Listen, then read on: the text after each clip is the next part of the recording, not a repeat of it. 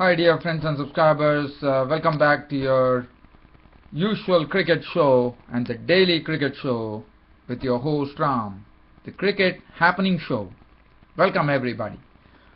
Well, on this Cricket Happening Show, we all know that there are no international matches happening today. So what I'm going to do, as usual, it's a daily cricket show, so definitely it's going to be a talk about cricket. But well, as far as cricket is concerned, today for a change, I'm going to start off from the host country from where I am currently broadcasting, and that's Toronto in Canada. So let's get in some Canadian cricket news with the Cricket Happening Show today. And then, well, even though this news might be a bit of a late news, but you know, I don't find time to actually accommodate it. But today I thought, since I'm having some time, let me talk about my host country where I'm actually reside in Canada.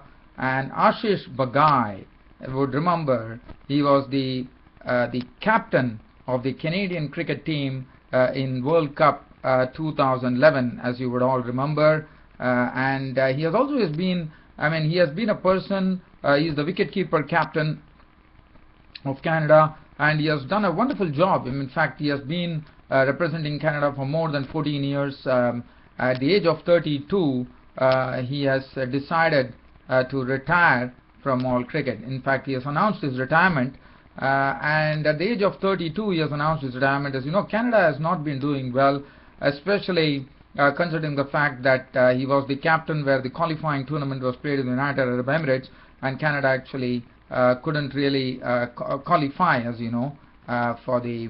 They still have an opportunity, but again, that is something that is absolutely left to chance. In fact, they, as you know, it was an unsuccessful campaign in the ICC World 20 where Canada finished 12th among 16 teams. So, but other than that, they couldn't qualify, as you know, and so it became very clear that Canada had an unsuccessful campaign in United Arab Emirates. Probably that is the one I think would have prompted Ashish Bagai. Now, Ashish Bagai has scored a lot of runs. In fact, he has been a very consistent performer with the both with the gloves as well as with the bat, and he has played some very good matches. If one thing which comes to mind, just talking about his record here, he's played 62 one-day internationals, and he has scored 1,964 runs, and well, that was his record. He also would be very happy. One silver lining for him would be the Canada's win over Bangladesh in the 2003 World Cup in South Africa in Durham, and that too was something that Ashish Bagai, the Canadian wicketkeeper batsman, would definitely remember, because on his debut, he was making his debut as a 17-year-old. He actually made his debut for Canada, but that was the first World Cup that he was playing, and his debut came in that Canada's very big win, in the sense a lot of he would have carried a lot of memories. That was a win over Bangladesh in the 2003 World Cup.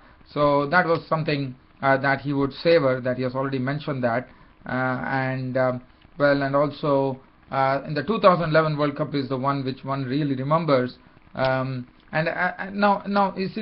basically, if you look at it,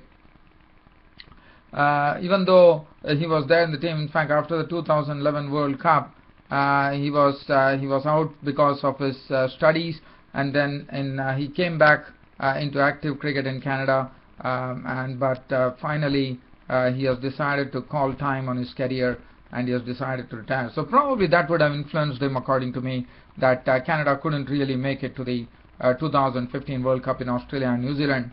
Probably that was the reason he might have. And Canada, let me tell you, very sad to say that Canada had didn't have a successful campaign at all. They was totally unsuccessful, and they really faltered at all the bright moments there in the United Arab Emirates. And I think that would have been prompted probably Ashish Bagai, the wicketkeeper captain of Canada, to really in the sense to just hang up his gloves as far as international cricket is concerned. But I wish him well. So Ashish Bagai's career is over as far as Canada is concerned. So now let's shift from Canada, and we head towards Sri Lanka, where not Sri Lanka, in the United Arab Emirates, where, as you know, the one-day international series yesterday, we saw that the Pakistanis now are actually, I mean, they had a comfortable victory over Sri Lanka in the third one-dayers after 2 matches which went down to the wire, and now they are leading 2-1. And for Sri Lanka, in the fourth one-day international, which will be starting on Christmas Day, it's pretty essential for them to pull off a win there. If at all Pakistan win this particular fourth one-day international at Abu Dhabi, it's all over for Sri Lanka. Pakistan would have taken the series because it's a five-match series, and the fifth one-day international will be again playing at the same ground in Abu Dhabi, but on 27th of December. Now, but the reason that I'm speaking about this particular Pakistan-Sri Lanka fixtures in United Arab Emirates is because Sri Lanka have actually named their test squad for taking Pakistan. Now, if you look at the squad that has been selected for the test matches, they got a 16-man squad which has been selected. The first test starts. There are going to be 3 test matches which are going to be played, and the first test starts at Abu Dhabi on 31st of December. So the 16-man squad which has been selected, well, Angelo Matthews is the captain. So, well, they have all those big guns, Kumar Sangakkara, Mahela Jayawardene, and then they have Dinesh Chandimal, who is the specialist T20 captain for Sri Lanka now, and then they have Kaushal Silva. Now, Kaushal Silva has played, I mean, I'm told he has done a lot of good things in domestic cricket, and he has scored a lot of runs. So, looking at that, he has been selected. Then they have Dumut Karunaratne, who is already there in the one-day squad of Sri Lanka. Lairu Thirimane, Prasanna Jayawardene. Now that is one thing. Now Prasanna Jayawardene, one would have been wondering why he was in the wilderness, and suddenly, even though, as you would remember, in the series against Bangladesh, he was left out. But well, this is something, some good news for Prasanna Jayawardene, because he has a very, very good record in test matches. He's the wicket-keeper too, and Prasanna Jayawardene has come back, and I think that's a very good move by Sri Lanka to have Prasanna Jayawardene in their ranks. And then we're looking at the bowling, Nuwan Kulashekara, then we have Suranga Lakmal. As you know, Lasith Malinga is not there, as you know, because of the he has retired from test matches, as you know, Lasith Malinga. So there's no Lasith Malinga in the team, and besides, Lasith Malinga has not been bowling so well in the one-day years. Suranga Lakmal, Shaminda Ranga is a wonderful test bowler, really hits the deck hard. Nuwan Pradeep, played a few matches, but again, he has been in and out of the team. He has not been able to cement his place in the team. So he's going to Shaminda Ranga and Nuwan Pradeep are back, and the spin would be in the hands of Sachitra Senanayak, who is a much improved bowler. Has a lot of tricks up his sleeve. Rangana Herath, as you know, Rangana Herath has been missing this one-day tournament too. He has been such a very wonderful servant to Sri Lankan cricket. And then they have Dilruwan Pereira. The new face that has come up here is Dilruwan Pereira. He's an off-spinner, so he has been included. And they also have one more person, is Vishwa Fernando. Now Vishwa Fernando, I'm told, is a left-arm seamer who has been included. So one can say that it would be interesting to see a left-arm seamer bowl. So that is a 16-man squad that has been selected to take on Pakistan in the test series here at the United Arab Emirates. Just looking at the squad here, I've already talked about people. Yes, one more thing, Mahela Jayawardene will be back, so that will strengthen the team to a great degree. And Ajanta Mendis doesn't find a place in the test mix of things. Chanaka Velagarra, who has been left out. There's no Tilgane Dilshan. Jeevan Mendes also, they are all specialist one-day players. Kushal Pereira, Kitruvan Vittanage, Tarindu Kaushal. They are all, basically they are all specialist one-day players, so they have been left out.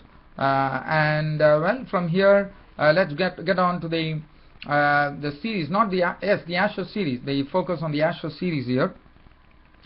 We all know that there was a surprise announcement of retirement by the England's ace off-spinner Graham Swann from international cricket, and so it definitely England have to go for some spinners, and what they have done is they have got 2 spinners. They have added 2 spinners to the England squad for the Ashes Test series. With there are 2 more Test matches coming up on Boxing Day.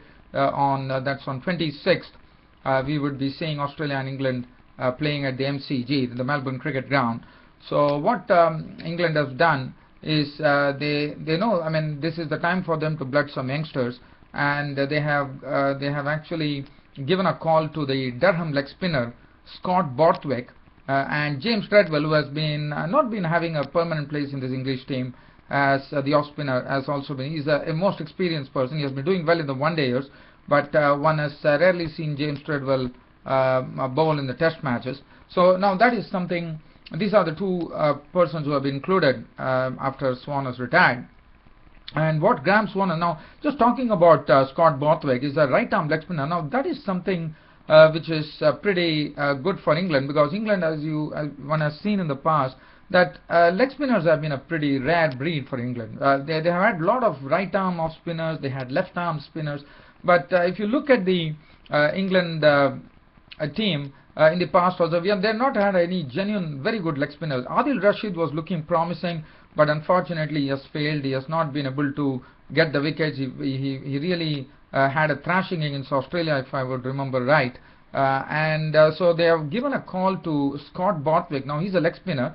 Now Graham Swann, now just look at Borthwick, what he has done for Durham. Well, he has taken well, he can also, I mean, I would say Scott Borthwick would be in the same vein as Graham Swann, where he could also, in addition to his bowling, leg spinning bowling, he also has his batting potential, because in 16 games he has scored 1,022 runs, and I'm told he's a leading run getter for Durham. So that really shows that he's a genuine all-rounder, and he might also be a step ahead of Graham Swann. Who knows? So 1,022 runs he has scored in 16 games for Durham, and I'm told he's the leading run getter. So that's something, really says something about his batting. And then he has taken 28 wickets in 16 games, one could say, yes. But I mean, 28 wickets doesn't look, but still, you know, he's a leg spinner, so they have really given him an opportunity. Well, one has to wait and watch. He has taken 110 wickets in his entire career, domestic career here. One would remember Scott Borthwick. I mean, one can't really forget Scott Borthwick has already made his ODI debut, as one would remember, and that was in a match against Ireland. And he also played against India. And he also played one T20 against for England. So, and as far as James Treadwell is concerned, well, I need not even talk about it. He has also played some test matches against, he has played against India, I do remember. He made his T20 debut, and also and he also played against New Zealand as a captain of the England side. That was in June 2013. So James Treadwell, it will be something new for him to play against test matches, but I thought he definitely played some test matches in India, if I'm not wrong. Yes, he was a part of the England test squad, I do remember that. So, I think the focus will be on Graham Swann himself. Has really alluded, in the sense he has really said that for him, he looks at Scott Borthwick as a future cricketer who has an X factor. So one has to wait and watch. So Scott Borthwick and James Treadwell are the new faces in the England team now to actually face Australia in the Ashes and save some face by trying to get some victories under the belt and stop Australia in their tracks. And the way the Australians are going, I think it's going to be very difficult for England to stop them in their tracks. Right, let's look at some other cricket news now. As far as other cricket news are concerned, I'm just trying to see whether anything else is there. Well, Brendan McCullum, the New Zealand captain, has already hinted that he has the feeling that New Zealand now have their best setup in action, with whether it's batting, bowling or fielding. He feels that they are absolutely well placed now to take on India when India actually come in the new year to play New Zealand in New Zealand. So that's something. And well, other than that, just talking about yesterday's match, one would have, I mean, there was people are talking like whether Vernon Philander and Dale Steyn actually did the right thing by not really going for victory. Well, again, yes, I mean, one has to really agree with that, because, you know, if you look at it, if say for example, if Vernon Philander was getting out, or Dale Steyn was getting out. Monet Merkel is injured, so Imran Tahir had to come ahead of him. Monet Merkel could bat only if need be. And Monet Merkel, I mean, at least South Africa would like him to be fit, and there's no point in throwing Monet Merkel into the ring and seeing that he actually aggravates his injury.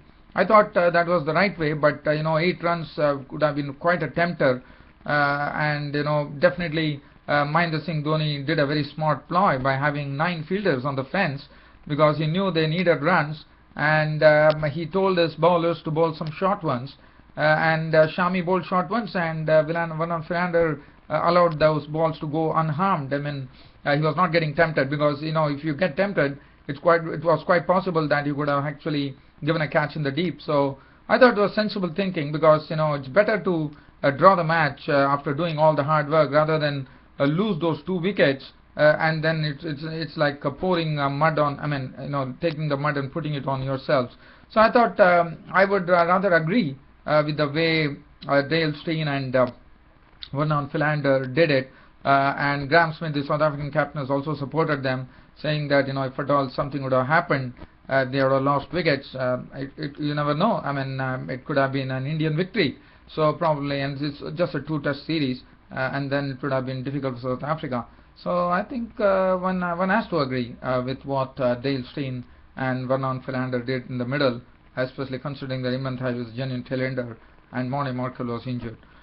Well, dear fans, friends, subscribers, nothing else to really add at present. I mean, we have to wait for some, as I said, now India and South Africa, we'll have to wait till the Boxing Day when the test matches would be played.